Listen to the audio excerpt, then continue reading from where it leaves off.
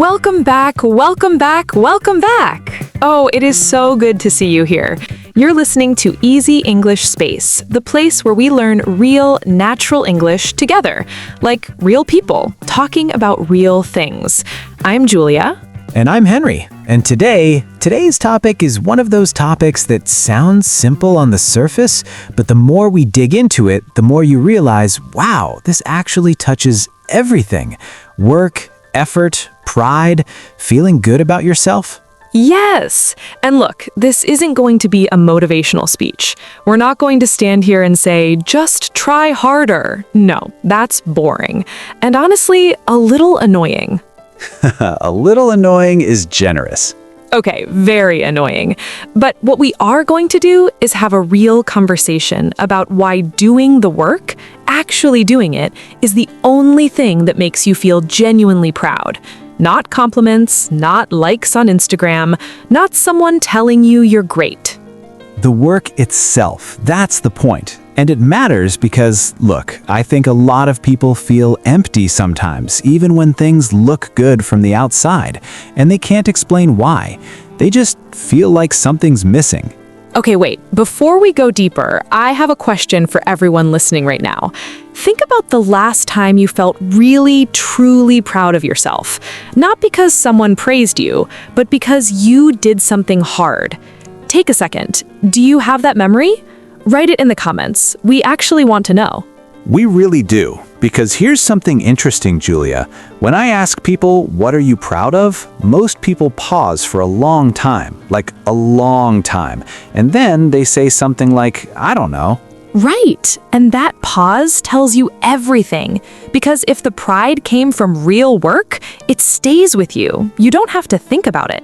Exactly. It lives in you. It becomes part of who you are. Okay, story time. Henry, tell them the coffee shop story, because I think this is the perfect way to explain this. Oh, the coffee shop story. Okay, so a few years ago, I was learning to play guitar, and I was terrible. I mean, really terrible. Like, my fingers hurt, I kept hitting the wrong strings, my roommate would literally leave the apartment when I practiced. Poor roommate. Poor roommate is right, but I kept going every single day, just a little bit. And one evening, I was sitting in a coffee shop, just playing quietly for myself, not performing for anyone, just playing. And this stranger walked past, stopped, looked at me, and said, "That sounds really nice." Aw. And I don't know why, but I almost cried. Not because a stranger complimented me, but because I thought about all those terrible practice sessions, all those evenings my roommate abandoned me. And I thought, I did that. I actually did that. See, that's it. That's the feeling. And you can't buy that feeling. You can't fake it. Someone can tell you 100 times, you're amazing. But if you haven't done the work, something inside you knows. It knows. And that inner voice, it's actually very honest. Uncomfortable, but honest. Okay, let's do a quick English practice moment, because we're learning here, right? Repeat after us. Out loud if you can, or just in your head. Ready? Say this. I did the work, and I'm proud of myself. One more time, a little louder. I did the work, and I'm proud of myself. Simple sentence, but think about how it feels to say it when it's true. That's the goal. Now, here's something I want to ask, and I think about this a lot. Why do people avoid doing the work? Like, we all know effort is good. We all know practice makes progress. So why do people still avoid it? Oh, I have a lot of thoughts about this. I figured you would. Okay, first, fear. People are afraid that if they try really hard and they still fail, then they have no excuse. Does that make sense?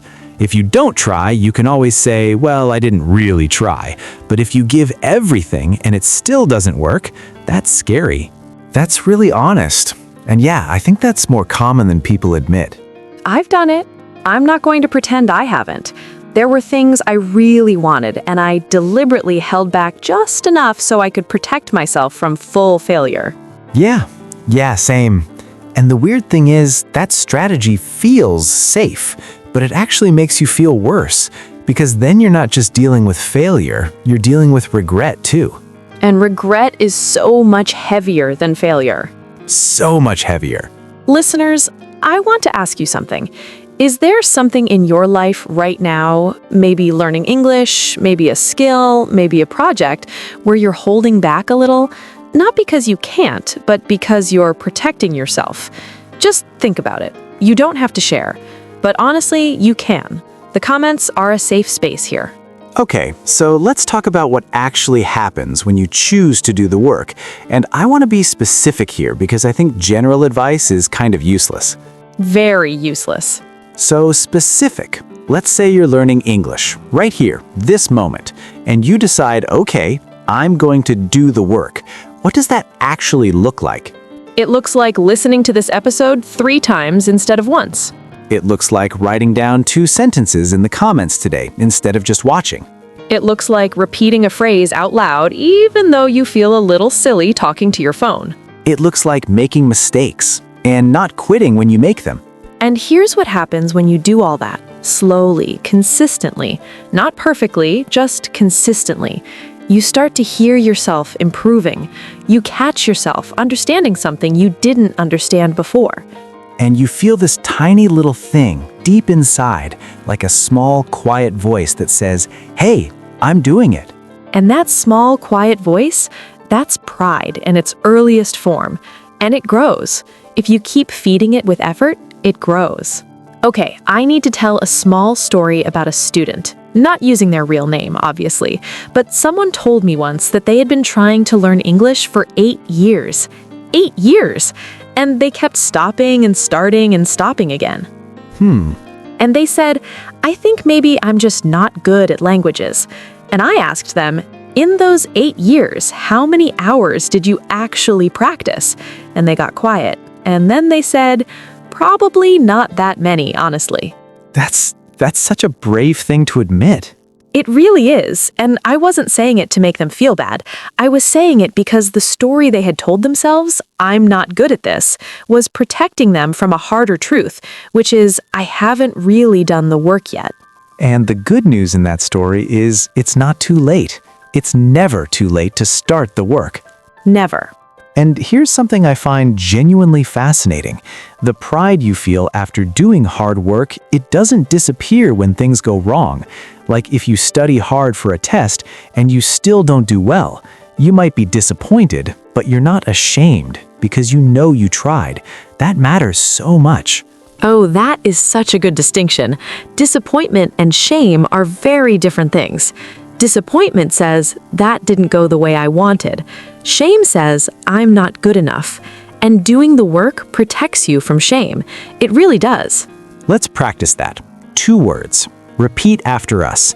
Disappointment and shame. Say them slowly. Disappointment, shame. Now use them in a sentence. Try this. I felt disappointed but not ashamed because I really tried. Can you say that? Say it out loud or write it in the comments. That's your mini practice for today. And while we're on the topic of trying, can I say something that might be a little controversial? Oh, now I'm nervous. Okay, so I think society gives too much praise for effort without results. Like, you tried, so you should feel great. And look, I think effort is important, genuinely, but I also think there's a difference between trying once and giving up and truly, deeply committing to the work over time. Yeah, I see what you mean. Like there's a kind of effort that's performance. Look, I tried. And there's real effort that's quiet and private and consistent.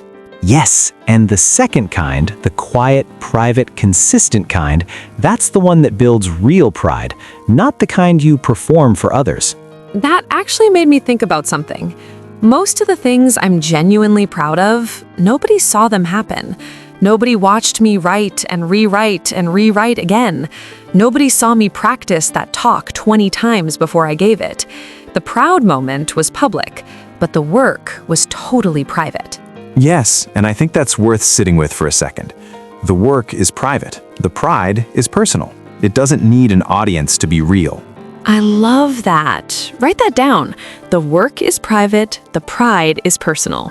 That's worth keeping. Okay, quick check-in with everyone listening. We're about halfway through, and I want to ask, how are you feeling about this idea? Does this connect with something in your life, or does it feel too hard, maybe overwhelming? It's okay if it does. Tell us in the comments. And if you're new here, by the way, this channel is for you. Every episode, we use real conversations to help you grow your English and your thinking at the same time. If this feels like your kind of place, stick around. Now, I want to talk about something that comes up a lot when people try to start doing the work. And it's this idea that you have to feel motivated first. Like, I'll start when I feel ready, or I'll practice when I'm in the mood. Oh no, no, no, no, no, no. Julia has feelings about this. I have very strong feelings about this because waiting to feel motivated is honestly one of the biggest traps. Motivation comes after you start, not before. Say that again, because that's important. Motivation comes after you start, not before. Like, think about a time you really didn't want to exercise. You were tired, you didn't feel like it, everything in you said no, but you did it anyway. And 10 minutes in, how did you feel? Better, almost always better. Always, because action creates feeling. Feeling doesn't create action. That's backwards. And English learning is the exact same thing. You don't wait until you feel confident to speak. You speak, and then slowly the confidence comes. Let's practice that. Repeat this phrase. I'll start now, and the feeling will follow. Say it like you mean it. I'll start now, and the feeling will follow. Because it's true.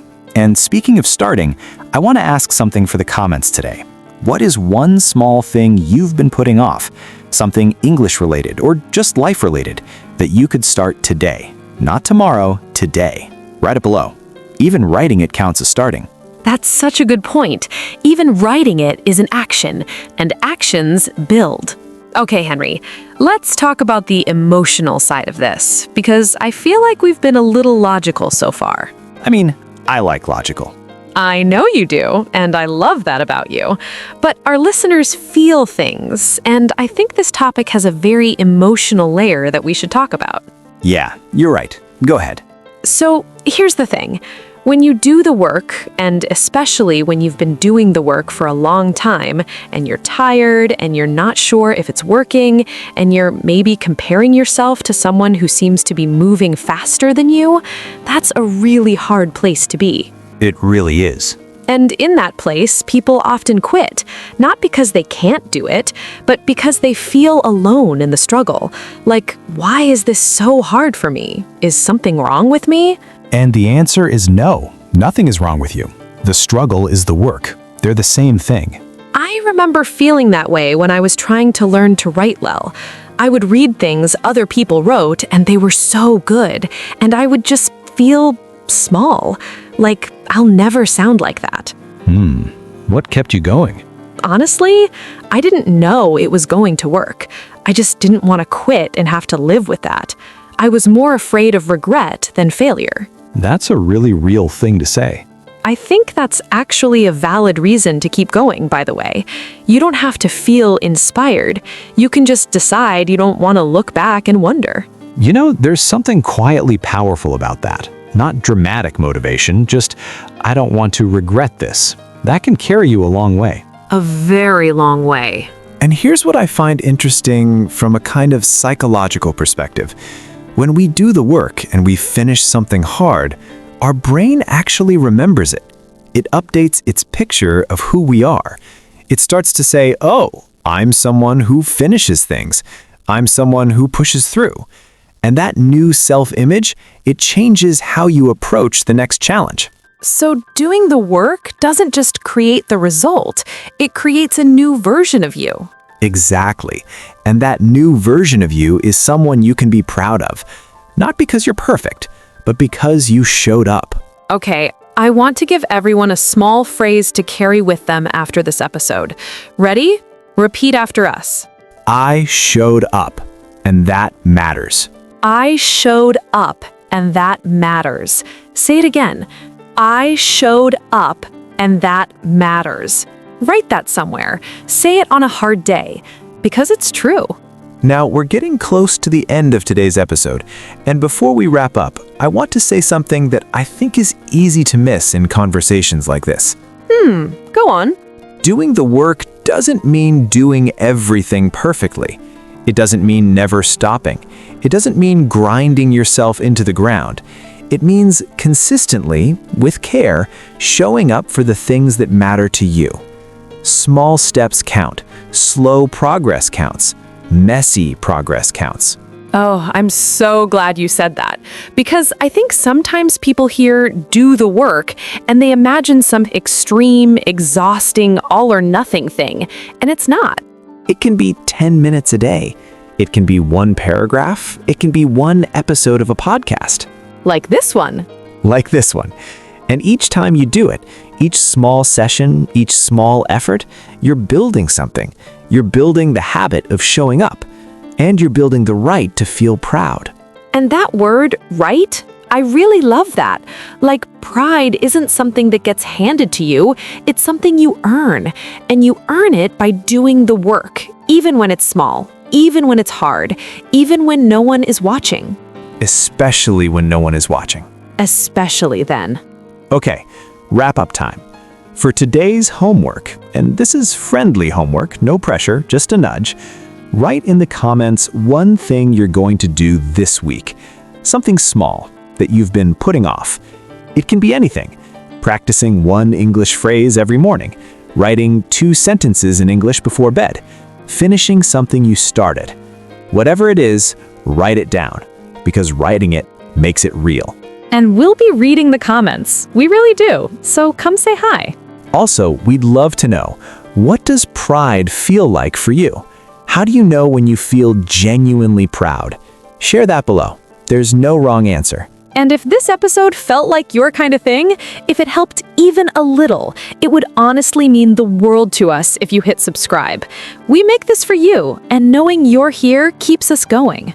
Next week, we're going to talk about something that a lot of people struggle with quietly. Making friends, real ones, as an adult, in a new place or in a new language. It's harder than anyone says, and we have a lot to talk about. You do not want to miss that one. Seriously. Until then, keep showing up, keep doing the work, and remember, you're not behind. You're exactly where your effort has taken you, and from here, you can go anywhere. See you next time, Easy English Space family. Take care of yourselves.